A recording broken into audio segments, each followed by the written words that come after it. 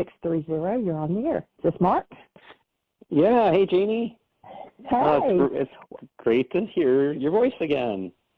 Thank you. It's good to hear from you. And we have had so many comments of people that have really enjoyed this conversation. So thank you very much for being part of our show this week and discussing the Beatitudes with us. It's been just such a pleasure. I want more and more people to be aware of the gifts that they bring. Absolutely. Welcome, Michael. Mark is already with us. Thank you, dear heart, and thank you, Mark. Glad that you're here. Glad to be here. And I'd like to open the conversation with, do you have any other thoughts to add from yesterday? We kind of ran into a little bit of a time crunch, but... we could talk for probably a whole episode on each Beatitude individually. So we could always expand on it. Sure. But I felt pretty complete with Beatitude 6, and I know we're going to move on to Beatitude 7 today.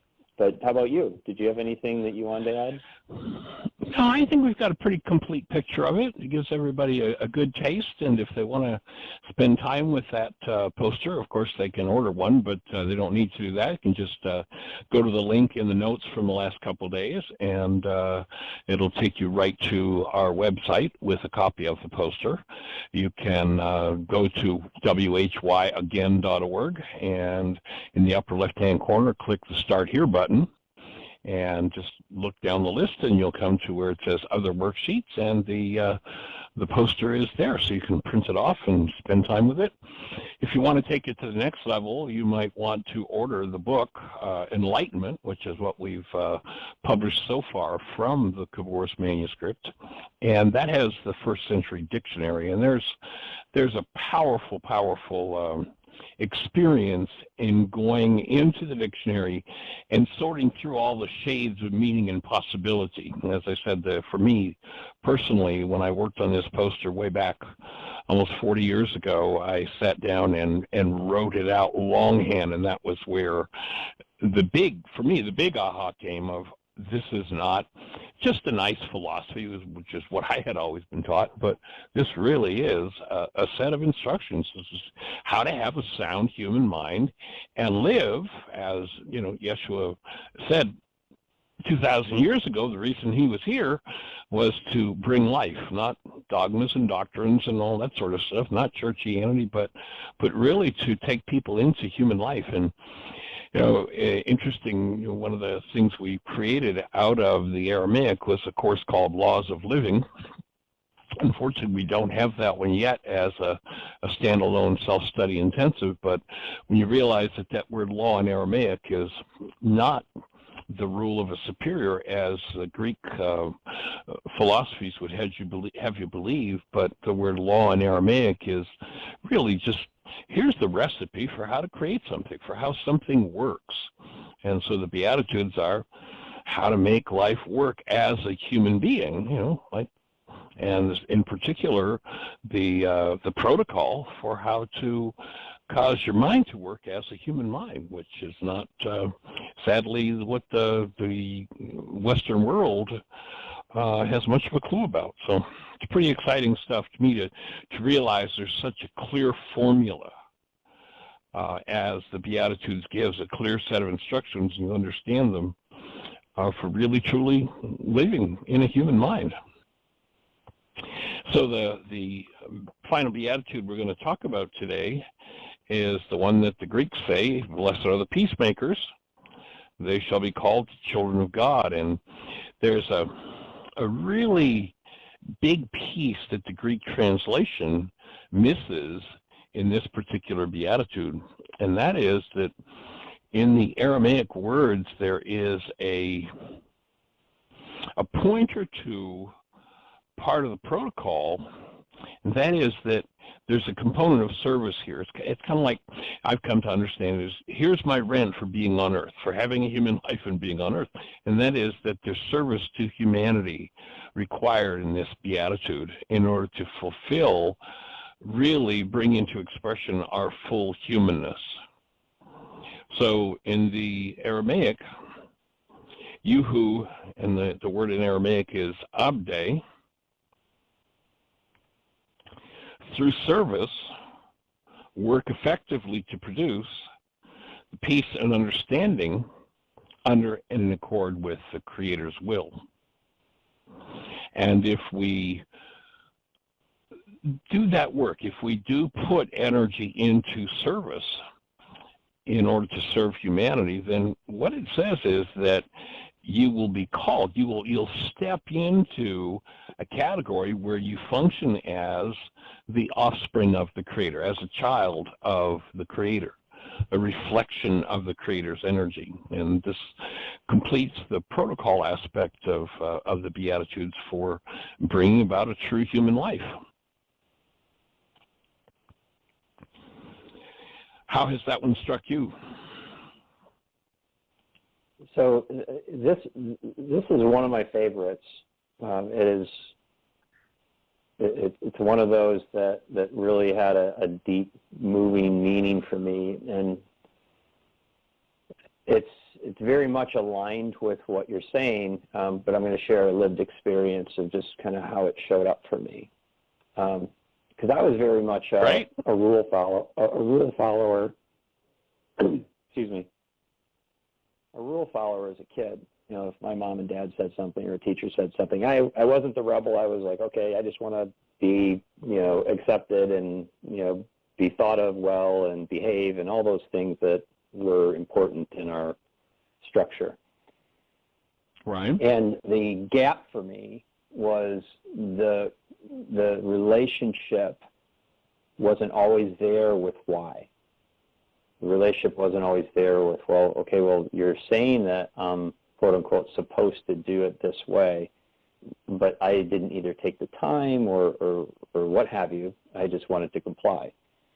And so one of the things that happened when I had my psychotic break and then started to get into the healing process is this struck me incredibly when I started to get to a place where these inspired thoughts would come through to write, or an inspired thought would come through. For example, obviously you're familiar with the program that we devised based on the foundation of your tools called Optimal Being, and there was just this desire for that. And the Beatitudes, that's another way that, and I'll share how I got there, but it's another way that Beatitude 7 showed up, is this thrust of insight came that, wait, this is important to me in my developing my understanding, because it really helped me look at all the different aspects,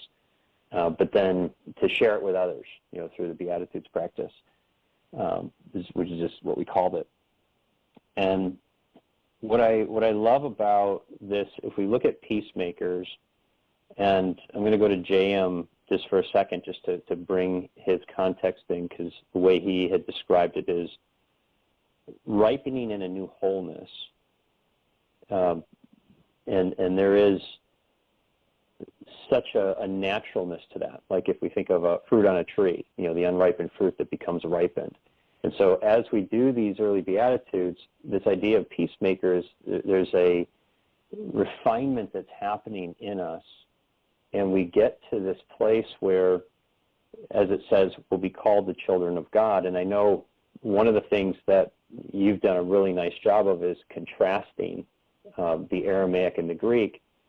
But on that last part of we'll be called the children of God, it ties together here the Greek word, which I won't be able to pronounce because I've never spoken a word in Greek, but I'll do my best. It's like huio theo is the way it looks, and it shows up 41 times in the New Testament, and it's synonymous with Christ Messiah, or one who has a unique relationship with God, or inseparable with God, one with God.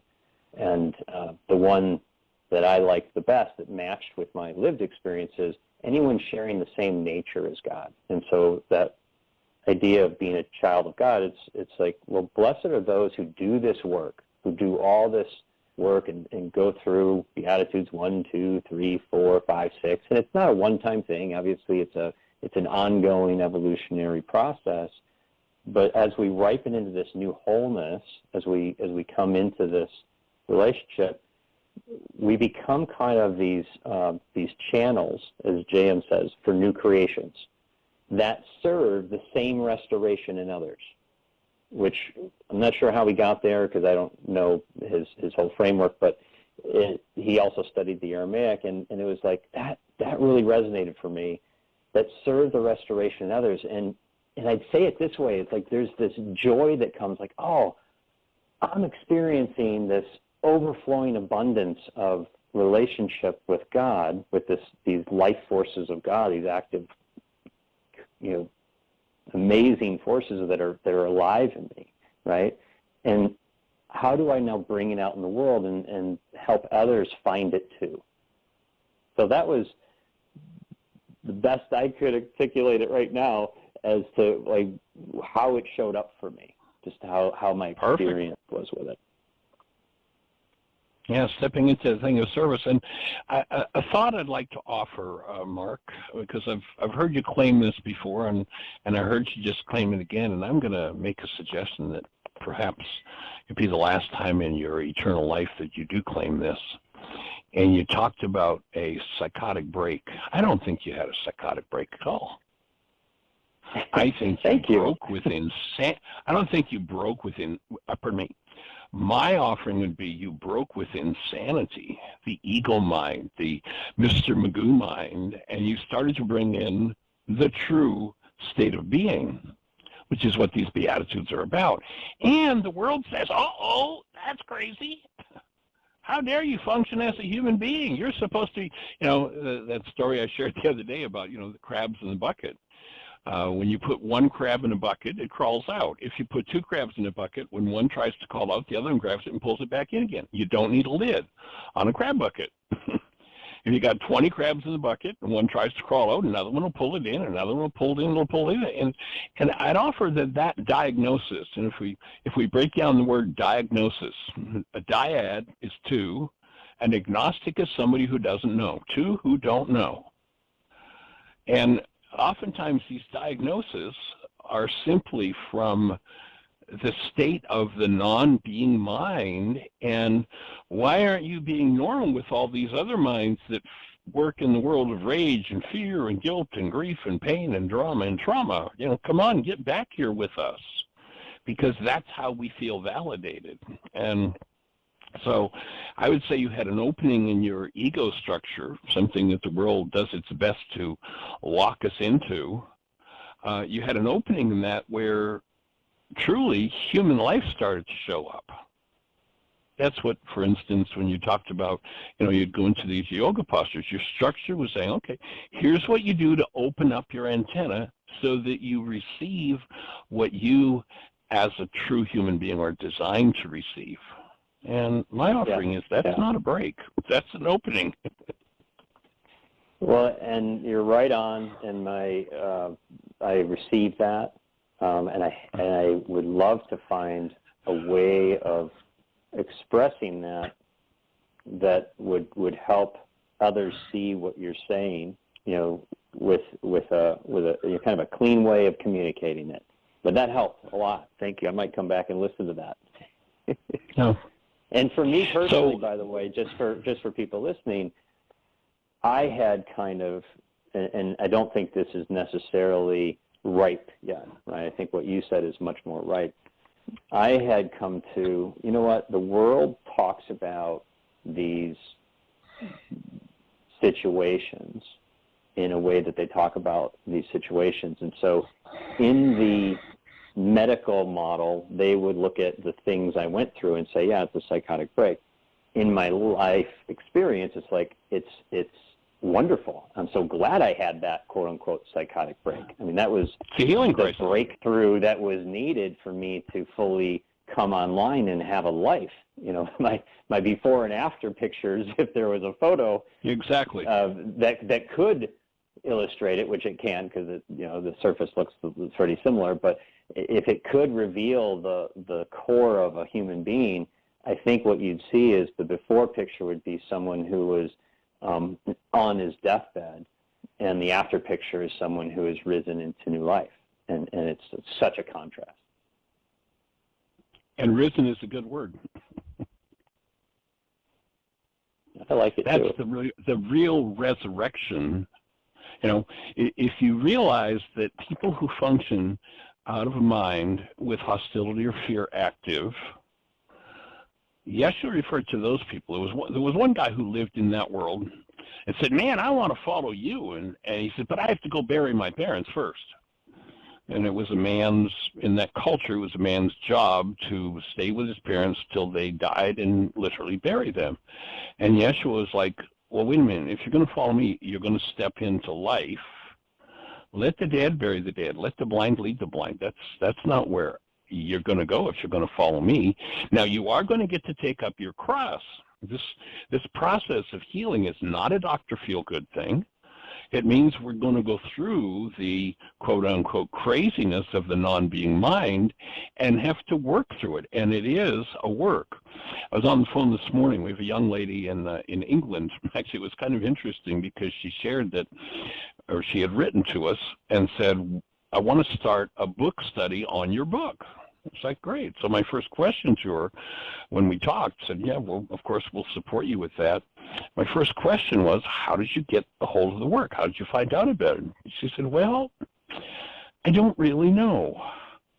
Somehow your book showed up, ordered from Amazon. I didn't order it, or at least I don't remember ordering it. I don't know why I got it, but I started doing these worksheets, and it is profoundly life-changing. And since I had my quote-unquote, what the world might call a health break or a psychotic break, about 5 years ago, this young woman, she looks like she's maybe 30 or so, she had a brain bleed, and as a result went blind and clinically died.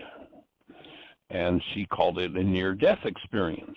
And, you know, if you're already dead, you can't have a near-death experience. If somebody is dead to the truth of who they are as love, as created essence being called love, then they're already dead. That's the first death. And if clinical death occurs, you know, the self that isn't the non-being self, the self based in hostility or fear, the one that Yeshua said, in order for you to live, you've got to die. That self that needs to die is a self based in hostility and fear. When clinical death occurs, because that's a product of Adam, Adamos, the red clay, when clinical death occurs, that self is collapsed. It's gone. And that's exactly what the Aramaic forgiveness process does, is it collapses that non-being self each time one engages in forgiveness. And when that non-being self is in a non-active state, one gets a chance to experience who they are. And this woman spoke about how after she had this brain bleed and she, quote-unquote, died clinically, all of a sudden she's like, I started to see things, I started to understand things that didn't make any sense. And as a result of that, she changed her career and started to work with supporting people in having a near-life experience. And somehow or other, she said, you know, the book just showed up from Amazon without her ordering it. At least she didn't remember ordering it. And she started reading and started doing worksheets, and she's just, you know, moving her life forward. And she said, I'm going to bring this into my book study club. And she'd started the club after she had this near-life experience where she clinically died. After she had this brain bleed, this stroke that led to a brain bleed. She had a break with the non-being self. And everybody that has this near-life experience comes back and they've had a chance to experience themselves as who they are without reference to the carbon-based memory, fictitious self. And some people I've run into kind of have some, you know, sort of partial memory of that, but they never did anything with it. But most people, their lives changed dramatically because even though they don't know it's what they realize that's not who I am. And they've struggled and worked to try to bring into expression in their lives who they really are. And that's the work of Yeshua. Again, Yeshua's stated purpose was, I come to bring you life more abundantly, and to bring forward the full expression of human life. That pre-brainwashed self-generational pattern of hostility and fear has to be defeated, has to be taken apart. And most of the world functions in that self. And so anyone who's crawling out of the bucket with the diagnosis gets pulled back in. And so I just support you in, never referring to the diagnosis again as something you own or belongs to you or really has anything to do with you. It's called awakening. It's classic. Yeah. I think you helped me see that one of the reasons I use it is for inclusion, because if I were to say to certain audiences that I had this awakening, I thought, could be incorrect, that I might lose people who would kind of say, okay, well, this is going into, it could be for some people like, okay, this is going right where I want it to go, and for others it could be, okay, this is going into, kind of woo-wooville. And so I learned over the years, which I'm willing to unlearn, to use that kind of to include people in and then open up and dismantle it further in the once they're in the door, if you will. Right. But well, and if you're talking to somebody who's had that kind of diagnosis, yeah, well, you might still use it as, I could see where you might still use it as a tool for others who've been given that same, to who don't know, diagnostic name. It might be a way to talk to them and coach them out of that into the truth of what happened to them. And the world doesn't know how to handle that. I can remember working with a woman this goes back probably 30 years ago, and she was actually referred to me by a psychiatrist. And the psychiatrist, she had come to him for a second opinion. She'd been under the care of a separate psychiatrist, and he was getting ready to put her into long-term asylum because she was clinically crazy. And in order to do that, they had to have a second opinion to force her into that. And so this psychiatrist is someone who knew of my work and referred her to me. And when we uncovered her memory of her, the image in her mind of being a child, and I don't remember exactly what age. If I remember correctly, it was maybe 5 or 6. And standing with her father in the front of an asylum, where her father was pointing out to her mother in a window way off in the distance, who had just been put into an asylum that she never came out of. When she uncovered that memory and the pain of the loss of her mother being taken from her that way, she went from, the reason she was going to be incarcerated just like her mother was because she'd become non-functional in her relationship with her husband and her family. She had no relationship left with her kids. Her husband had left. They were, divorcing, and, she was quote unquote crazy. When we went back through still point breathing to that moment where she had this just deep, horrific pain of losing her mother, and remembering just seeing, the little picture of her up in that window up there where Dad said, well, Mom's gone now. Within about 3 weeks, Oh, the other thing was that she had lost her job and couldn't hold a job down. Within about 3 weeks, she was back to work. She was back in full-blown happy relationship with her husband, and back in relationship with the kids who were so estranged that, like, we need to put mom away. When we uncover the things that lock us into this non-being space of hostility and fear and are able to embrace them and process through them, then the thought disorders that take us out of the world's way of doing things oftentimes are the vehicle into living as the truth of who we are. Yeah, yeah. And it can take 1,000 different forms. It's as variable as there are people. And that's the key for people who are listening too, who are doing this. And some of you I know have been doing it for a long time, probably longer than I have, but essentially it does show up how it needs to show up for us. I'd love to, if it's okay, before we go to Beatitude 8, or you might have more on Beatitude 7, of course, but before we move forward, I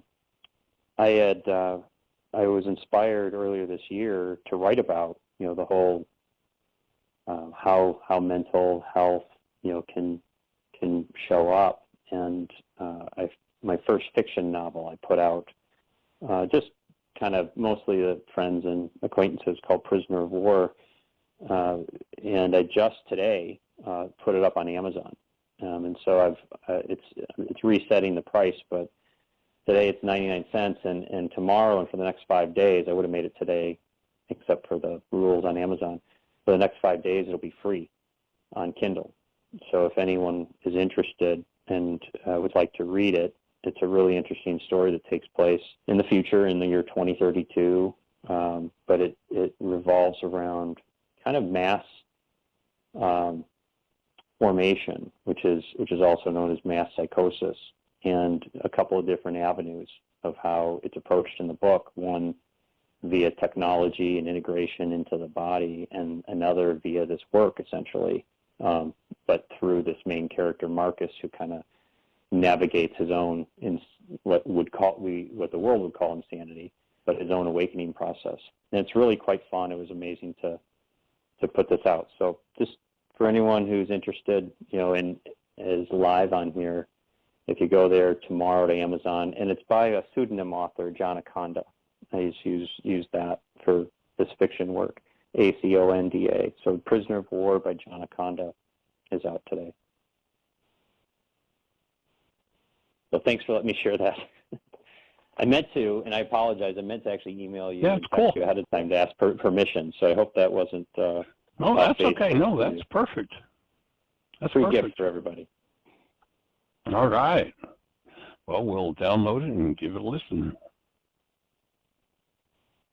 Prisoner of War.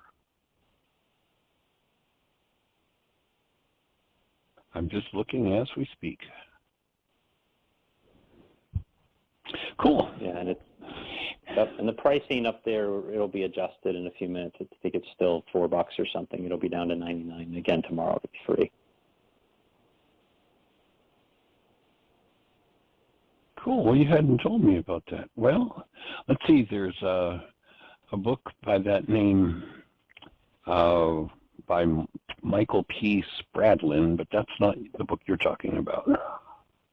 No, you probably, because it just went out, you probably have to type in the author, John Aconda, to locate it. And of course, Michael, if you'd like, once I get some print copies, I'll ship you a copy. Cool. I found that the subtitle of it's There it is. Yeah, it's possible to heal from a mental illness. Yep, and it's still kind of loading. The image isn't there on the Kindle one, but if you click on the paperback, it'll show you the cover of the book and description. Cool. Yeah, it's fun Awesome. to get that out there. And nice. As we get to the Beatitudes, I'll share some of the things I learned from the Beatitudes in putting this together as we go further on. Right, and 8, 9. Yeah. Cool. Well, if we look at that, the poster that we did, I only went to the 8th Beatitude because the 7th Beatitude, because it really is the protocol, the instruction set for producing a mind that, rather than functioning from carbon-based memory, what most people call a mind, produces what was in Aramaic. They speak of two minds. There's the non-being mind, the mind of Adam, Adamos, the red clay, and then there's what was called the mind of Christ. And the word Christ is usually thought of in this Greek philosophical culture as a religious word, but the word Christ really, it isn't a name, first of all. It's the title of an office. So, if let's say Mark ran for the mayor of Naperville, we would call him Mayor Mark, but mayor wouldn't be his name, it would be the office that he holds. Well, Christ is the name of an office in Aramaic, and actually the word more literally would mean the buttered one. They anointed people who'd awakened to the truth of who they were with oils, butter. And so that word Christ represents living as a human being. Paul talks about the mind of Christ in you. That isn't Yeshua. There was no man, Yeshua Christ, Jesus Christ. There was Yeshua, who lived in the mind of Christ in him, encouraging others. It's interesting, the church tried to create this exclusivity. He's the only begotten Son, the Greeks tell us. Well, if you go to that passage in Aramaic, it doesn't say what the Greek translated as the only begotten. It says the first begotten. Now, somebody woke up to the hour and said, hey, guys, here's how you do it. The things I do, you can do. And when you do that, it'll be greater because you'll be living out of literally your birthright, and that is the mind of love in you, the mind of Christ. And so this 8th Beatitude really is saying that, well, people are going to look at you a little strange. So Greeks translate that as you're going to be persecuted for righteousness' sake. If you're living truly as a human being, the crabs are going to try to pull you back in the bucket. And so when it speaks of the kingdom of heaven, so if you're living out of the community of love, the world based in hostility affairs isn't probably going to like you very much. And so this idea of being persecuted for it, and I think, if back at day one, when you had this opening for that mind to start to operate in you, which the world really didn't recognize, if you had support from for that state, way back when it happened, rather than having to wait until we met, you'd be, a whole lot further along the road. So, wish we'd connected earlier, but, obviously it was the right timing. Yes. So, can I add to that? Please, absolutely. One of the interesting things about Beatitude 8 and 9, so 8 and 9 kind of deal with this idea of, the persecuted, and then 9 goes into the, a little bit of additional thing. And the way that I've come to understand it so far in my practice is that there's this, after 7, right? So 7, and I'll back up a little bit because you had mentioned the Christ piece.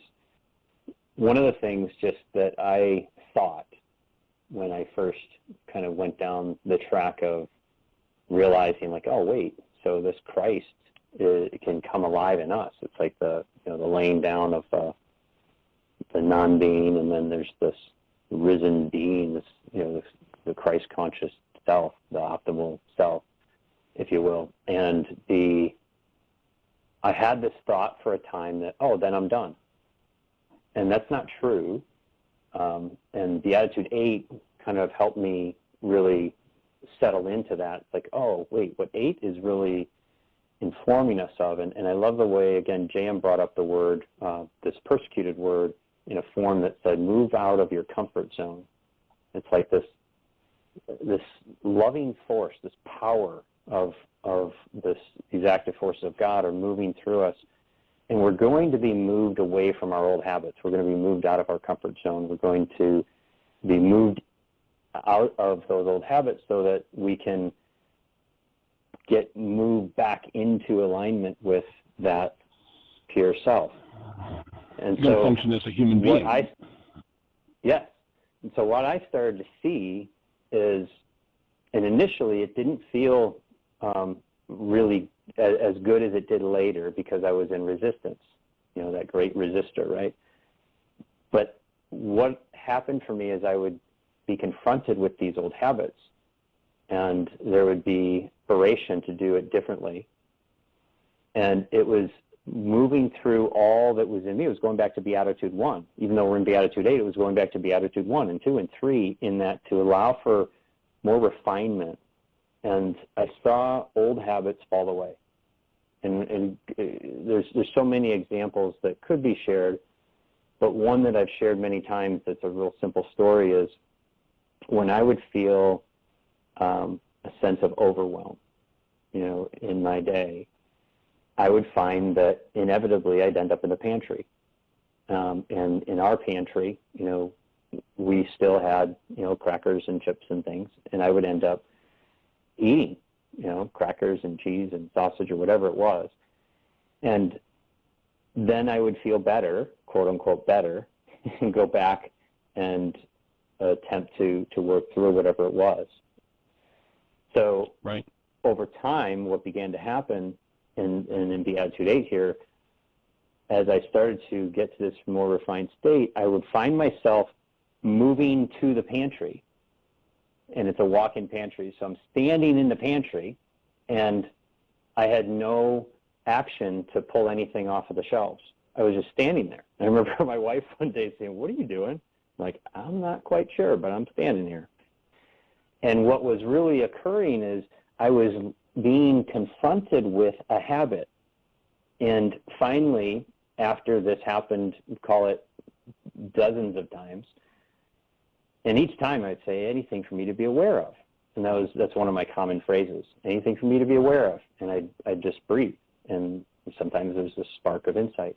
And one day it became really clear. It's like, hey, when I'm in a state of overwhelm, it's because I'm so accustomed to burying that sensation, I would use food and then try to get to a place where my system was calmer. So once that released, yes, it was my drug. Once that released, I was able to navigate overwhelm much better. And it still took a little bit of time, right? Because then it's like, wait, I'm feeling this. Now I'm aware of it. So it moves from the unconscious to now I'm conscious of it. Now what do I do instead of going to the pantry? And now what I've experienced is, in the today reference, if there's a sense that there's something overwhelming, then I go right to the breath. I allow for the emotions, and I allow for my perception to shift from where it is to open up to, well, what else is true? What's really optimal here? And I can stay present, and there's no movement toward, any drug, if you will. Yeah, that's, when you put it in terms, think back to the intensive where we talked about a healing crisis. And the healing crisis happens when, one, I'm doing more and more of the right things. Think about the time when you found yourself in the pantry.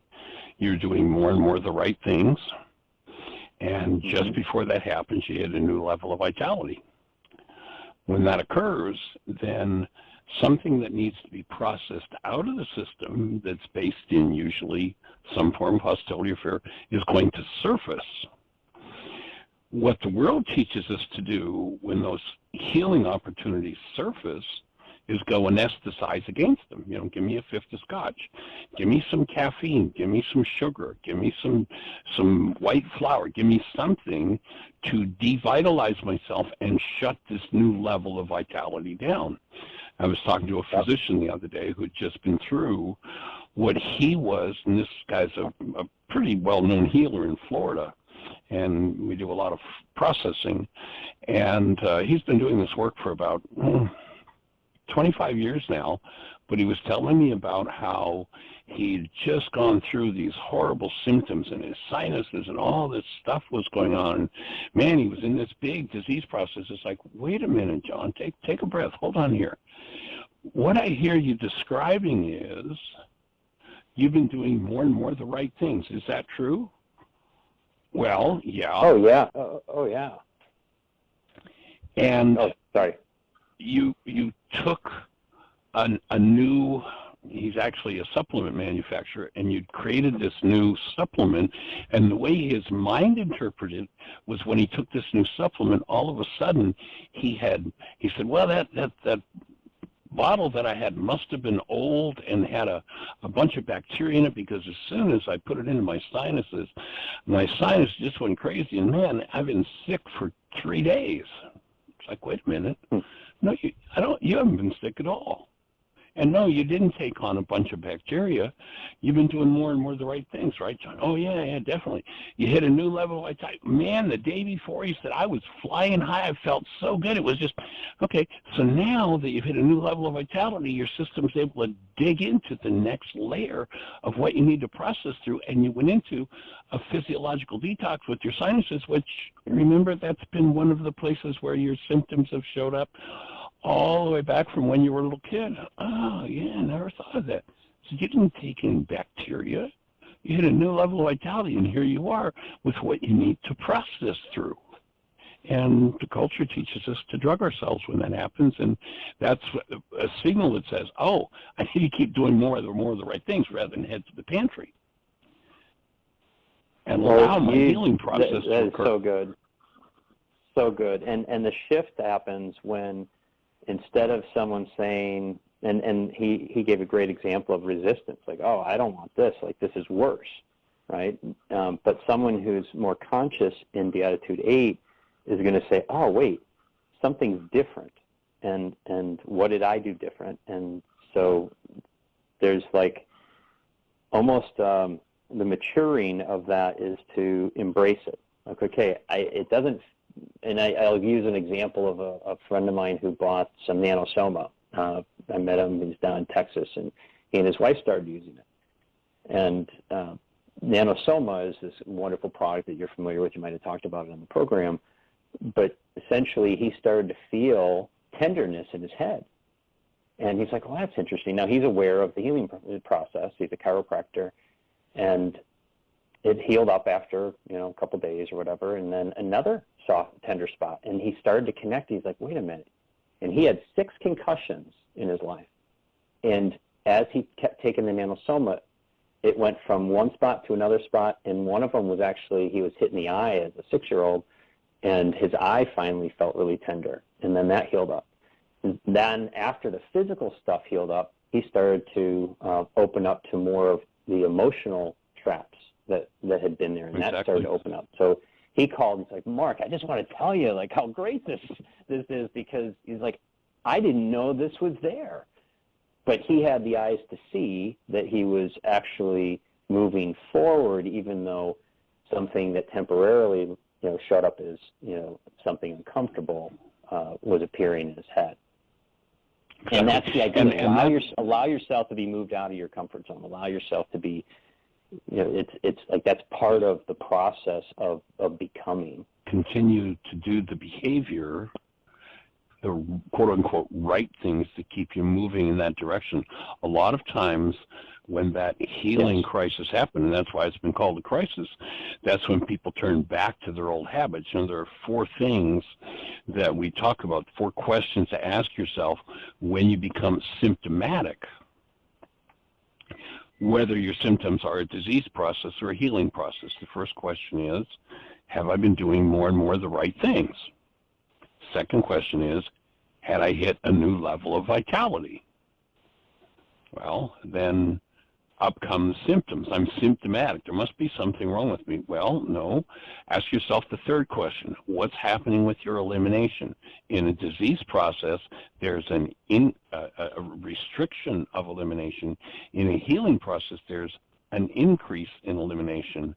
And then the fourth one is, and this is especially important for people who've been involved in addiction healing, and that is that there will be a craving of the drug that was used when the initial offense occurred. Best example I've got of that is with a young woman who actually started doing this work back 40 years ago. She met me at a workshop in Michigan, and she's a naturopath, or she's actually written several books on nutritional healing, and was kind of a purist when it came to food. And she sort of abandoned this work and then came back around to it almost 40 years later. She actually was on the radio show quite often during a period of about a year when she was digging back into her forgiveness work. And she called me one day and she said, Michael, I don't know what's going on.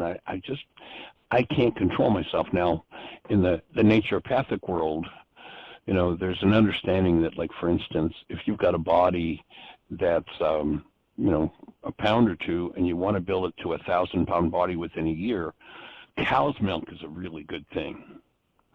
If you've got a body that is, a pound or two in utero, and by the time it's 4, you want to have a body that's about 30 to 35 pounds, you probably need mother's milk, not cow's milk.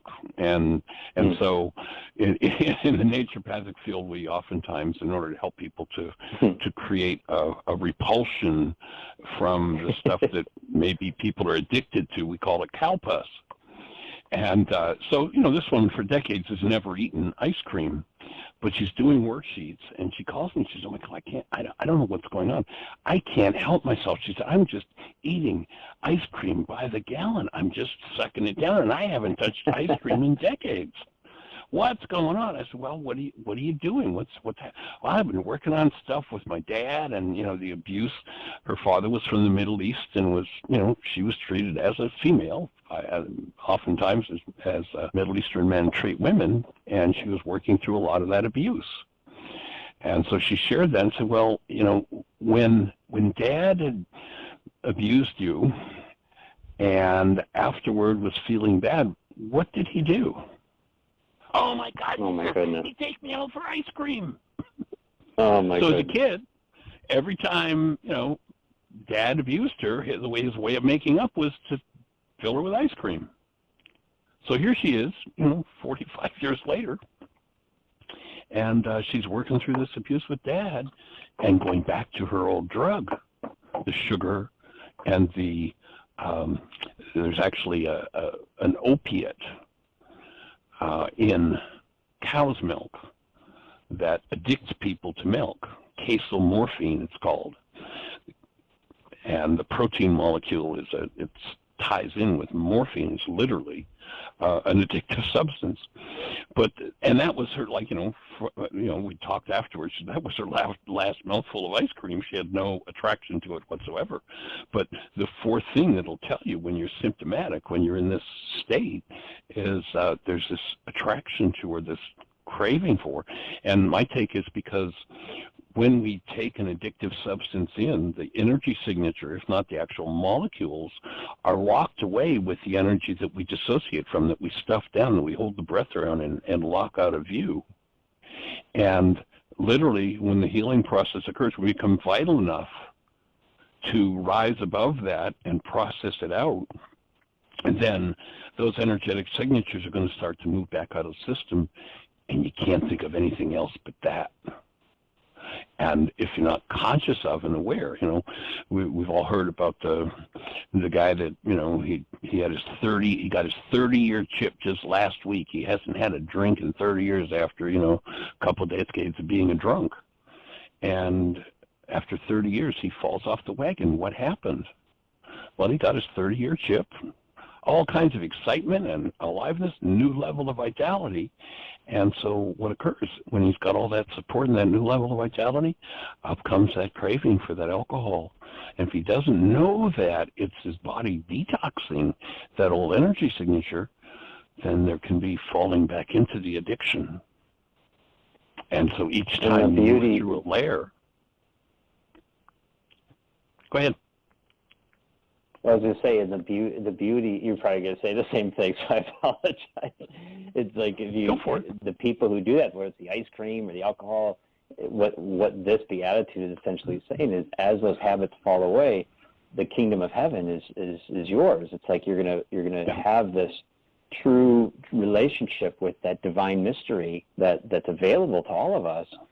And there's another level of insight or movement forward in your life toward what's optimal for you. You know, as you talked about with Tuba, the whole point is like these are all moving you into your optimal life, your happiness and well-being, etc. You're going to function as you were designed to function, as the offspring of love, because you are love, period. But that's not something that, is very welcome in the crab bucket, generally speaking. No, and I'll go to the crab bucket next with Beatitude 9, if that's okay with you. Yeah, go for it. So my doesn't mean it's right? I'm not claiming to be the master expert on this, but my understanding that helped me navigate these Beatitudes was to see, for me, that Beatitude 8 had a lot to do with my inner, and Beatitude 9 had to do with how people respond to my inner change and some of the things I put out there. So that blessed are ye when men shall revile you and persecute you, and shall say all manner of evil against you falsely for my sake, is how it reads in the King James kind of stuff. But what I look at this one is like, hey, when we bring out, in Beatitude 7, when we bring things out that are going to support other people in finding their path, no matter how that looks. I mean, you could be, building tires and do that. You could do lots of different ways wherever you are in your life and what you're inspired to do. But if you're coming from that and then you're going through this further purification in Beatitude 9 or 8, Beatitude 9 is going to essentially reflect to anyone on this path that, hey, not everyone's going to like it, like you said before. They're going to project potentially on you and attack and even separate from you, because they might even give you some kind of crazy diagnosis. Yeah, they might do some kind of crazy diagnosis and want to put you away in an asylum. Right, and the key is, can we maintain our presence of being while that's happening? And so just a real quick lived experience, and I'll let you kind of close up on this one.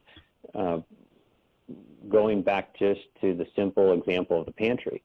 When my wife walked by and said, "What are you doing?" Right?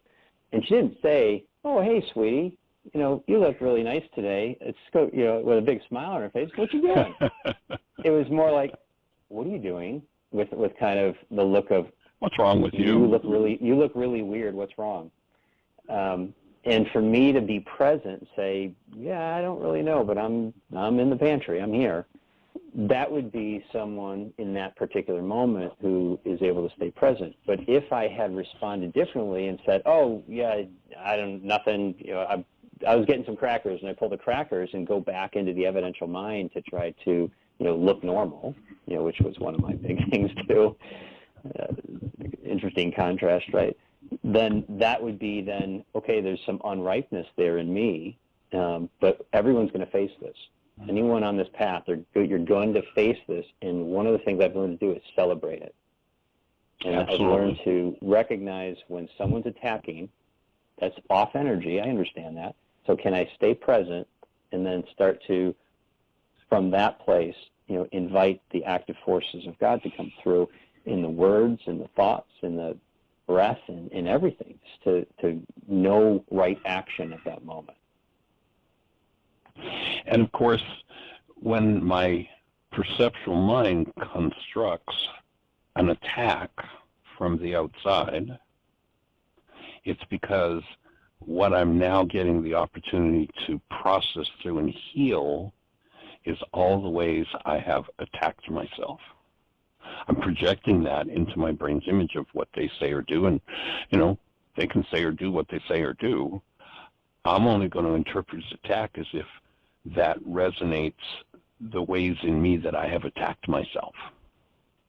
And it's my opportunity to refine the next level of what goes on inside of me and remove those energetic patterns and live in, now that I'm all the way through the Beatitudes, that latent neural structure the Creator's put in me to guide me to happiness and well-being can come into full blossom, full expression, because I've given up everything that shuts it down, and the last thing to go is going to be that attack stuff.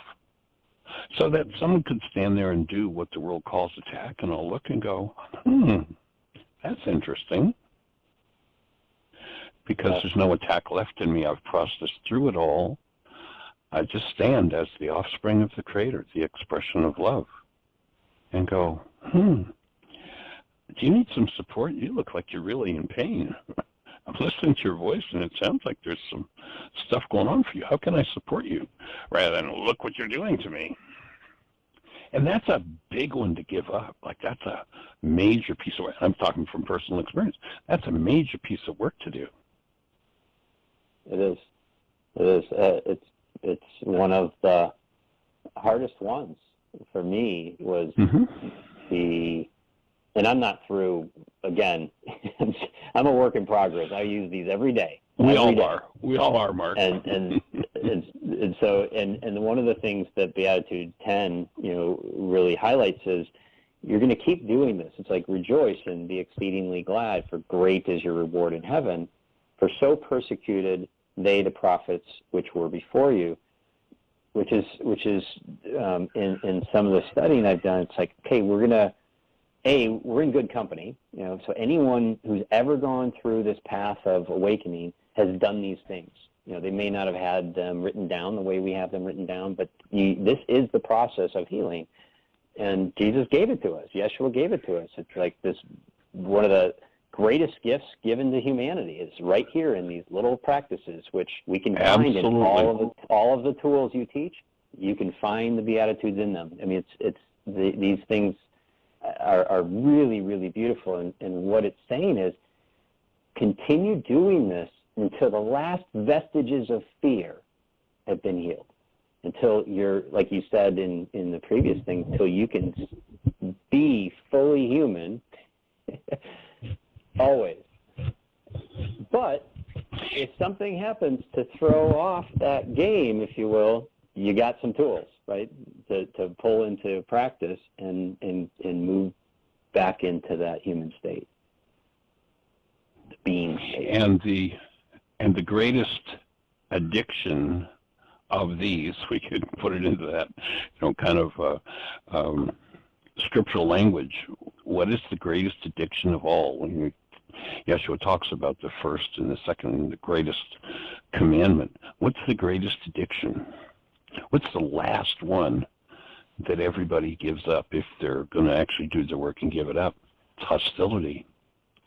In fact, it's such a common addiction that we call hostility an emotion. Hostility is not an emotion. Hostility is an anesthetic. It's no different than alcohol. It's a drug. It's a way, when pain is resonated in us, to anesthetize against feeling that pain.